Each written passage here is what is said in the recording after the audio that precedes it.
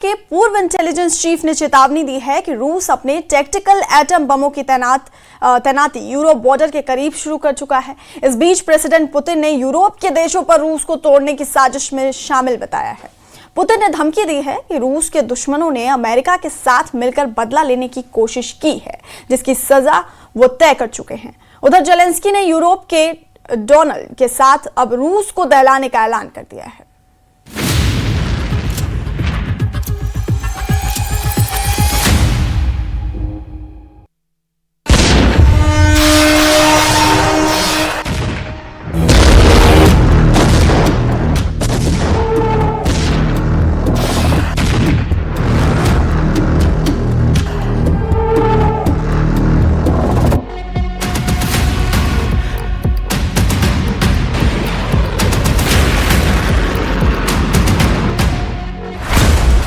Zelensky पर लुटाएगा करोड़ों dollar. Germany ने ज़ेलेंस्की को दे दी अरबों यूरो की गारंटी। ब्रिटेन और इटली ने खोला यूक्रेन के लिए खजाना।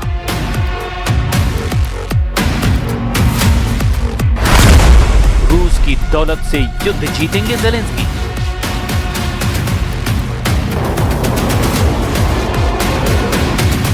ज़ेलेंस्की की वॉर बजट की टेंशन खत्म हो गई है।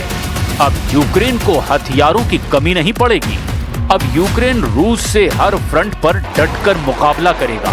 मगर यही बात सबसे खौफनाक है, क्योंकि पुतिन ने ज़ेलेंस्की के मास्टरों को दहलाने का ऐलान कर दिया है। पुतिन ने साफ साफ जो कहा है वो सुनकर तो नेटो लीडर सन्न पड़ गए हैं। पुतिन ने यूरोपीय देशों को नया नाम दे डाला है। साथ ही ये धमकी दी है कि रूस के दुश्मनों का अंत बेहद खौफनाक अंदाज में होगा। Они разрушат, развалят. А европейские подсвинки тут же включились в эту работу прежней американской администрации в надежде поживиться на развале нашей страны. पुतिन ने यूरोपीय दुश्मनों को जो कहा है वो तो उनके क्रोध का ट्रेलर भर है। मिस्टर प्रेसिडेंट भयानक गुस्से में हैं और वजह कई हैं। पुतिन को भड़काने वाले लीडर भी कई हैं, लेकिन यूरोपीय देशों में पोलैंड सबसे आगे है, जिसने रूस के खिलाफ पैट्रियट मिसाइलों को तैनात कर दिया है।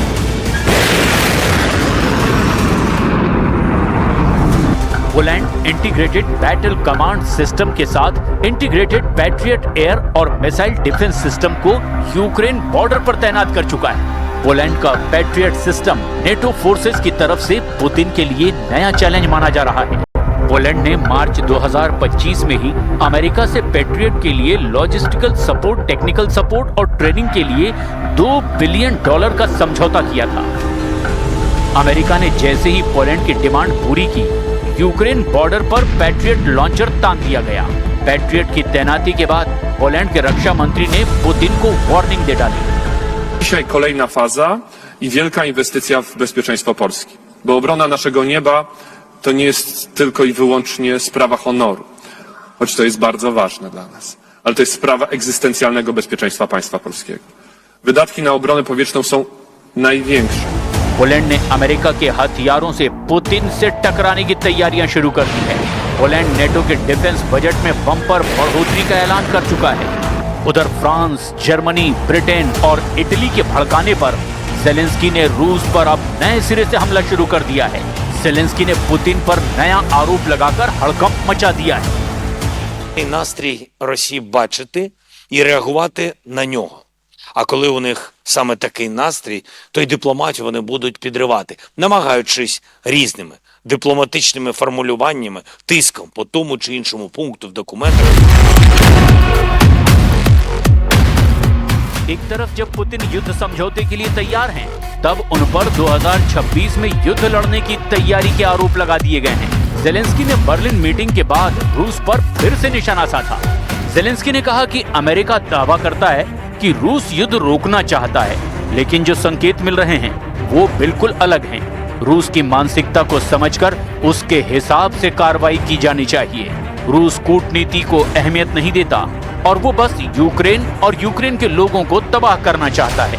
जेलेंस्की ने रूस पर नया हमला उसके फ्रीज खजाने को हासिल करने के मकसद से शुरू किया है। जेलेंस्की ने मांग की है कि रूस के फ्रीज हुए फंड यूक्रेन को दिए जाएं, जिससे वो अमेरिका से हथियार खरीदने का बजट बढ़ा सके। यूरोपीय यूनियन और नेटो देशों ने यूक्रेन को पिछले साल से ही वायदा किया था कि उन्हें युद्ध बजट की टेंशन नहीं होने दी जाएगी। हालांकि दिसंबर 2025 आते आते यूक्रेन की हालत बहुत ज्यादा खराब हो चुकी है। जेलेंस्की बार बार वॉर बजट का दुखड़ा रोने लगे हैं, क्योंकि जेलेंस्की जानते हैं कि पुतिन का 300 अरब डॉलर का खजाना फ्रीज करके रखा गया है। रूस के केंद्रीय बैंक और सरकारी रिजर्व का करीब 300 अरब डॉलर फ्रीज कर दिया गया है। यूरोपियन यूनियन ने लगभग 210 अरब यूरो पर अपना ताला जड़ रखा है।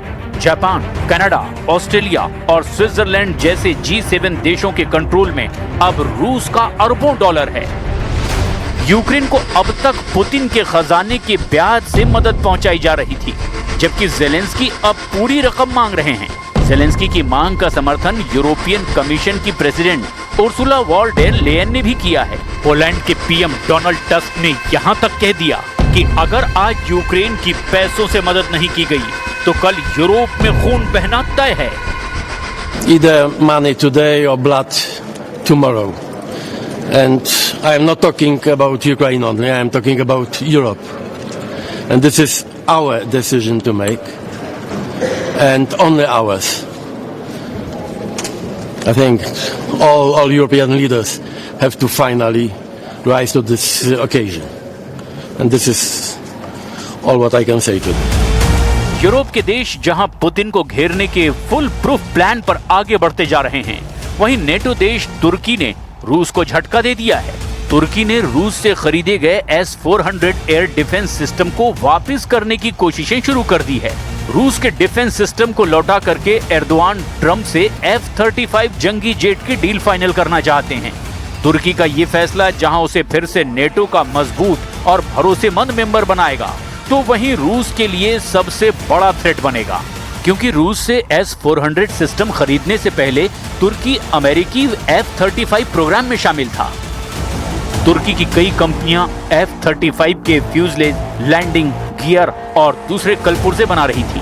अमेरिका के स्टेल्थ जेट की ट्रेनिंग लेने तुर्की के पायलट एरिजोन के ड्यूक एयरपोर्ट बेस पर तैनात थे, लेकिन जैसे ही तुर्की ने रूस से S-400 की डिलीवरी ली, अमेरिका ने एर्दोआन को F-35 प्रोग्राम से बाहर कर दिया। 10 साल बाद अब फिर से एर्दोआन ने ट्रम्प से F-35 डील लगभग फाइनल कर ली है। ट्रम्प के कहने पर ही एर्दोआन पुतिन को S-400 लौटाने को तैयार हुए हैं।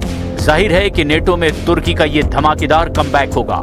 वहीं रूस की टेंशन भी बढ़नी तय है, क्योंकि रूस की अगली टक्कर सीधे सीधे नेटो से मानी जा रही है। तुर्की की सेना बहुत बड़ी है। तुर्की के फाइटर ड्रोन दुनिया में सबसे घातक माने जाते हैं। तुर्की को नेटो के ज्यादातर देशों से युद्ध का अनुभव ज्यादा है। नेटो के आर्टिकल 5 की मजबूती के चलते एर्दोआन को रूस के खिलाफ युद्ध में उतरना पड़ेगा, जिससे रूस को यूरोपीय अखाड़े में तगड़ी टक्कर मिल सकती है। यूक्रेन में चल रही जंग को लेकर काया कैलास की वार्निंग बहुत ज्यादा खतरनाक है। वो यूक्रेन में होने वाले हर धमाके में पुतिन के इरादों की छाप साफ साफ देख रही हैं। यही वजह है कि काया कैलास ने बताया कि पुतिन के टारगेट पर यूरोप के कई देश हैं, जिन्हें वो यूक्रेन के साथ निगल लेना चाहते हैं। पुतिन के टारगेट पर इस वक्त यूरोप के 4 बड़े देश हैं, जो लगातार जेलेंस्की की मदद कर रहे हैं। इनमें पोलैंड है, इनमें जर्मनी है, इनमें फ्रांस है और इनमें ब्रिटेन भी है। What we have to keep in mind is that why countries want to be in NATO is because they don't want Russia to invade them, to attack them, and that's why Sweden and Finland joined NATO. That's why the Baltic states joined NATO to have this defense umbrella. Germany के विदेश मंत्री ने 25 नवंबर को दावा किया था कि रूस अगले 4 साल में किसी नेटो देश पर हमला कर सकता है, लेकिन पुतिन के इरादे देखकर लगता है कि रूस शायद इतना लंबा इंतजार ना करे। पुतिन की वार्निंग ने पूरे यूरोप में कोहराम मचा दिया है। पुतिन ने वार्निंग दी है कि अगर यूरोप युद्ध शुरू करता है तो सब कुछ इतनी जल्दी खत्म होगा कि बातचीत करने वाला कोई नहीं बचेगा। पुतिन का दावा है कि यूक्रेन में रूस सिर्फ सर्जिकल ऑपरेशन कर रहा है, यानी एक दायरे में ही जंग हो रही है। पुतिन ने कहा कि अगर यूरोप के साथ सीधी जंग हुई तो रूस पूरी ताकत से जवाब देगा और सब कुछ तबाह कर दिया जाएगा। पुतिन के तेवर फिलहाल तूफानी हैं, बहुत तूफानी। उन्होंने यूरोपीय देशों के नेताओं का नामकरण तक कर दिया है। पुतिन ने दावा भी किया है कि दुश्मनों की भीड़ कितनी भी बड़ी क्यों ना हो, रूस को उसके मिशन से वो टस से मस नहीं कर पाएंगे। पुतिन 2026 के आगाज से पहले ही युद्ध का फैसला अपने हक में करने के मूड में आ गए हैं और फिर इसके बाद नेटो का नंबर आ जाएगा।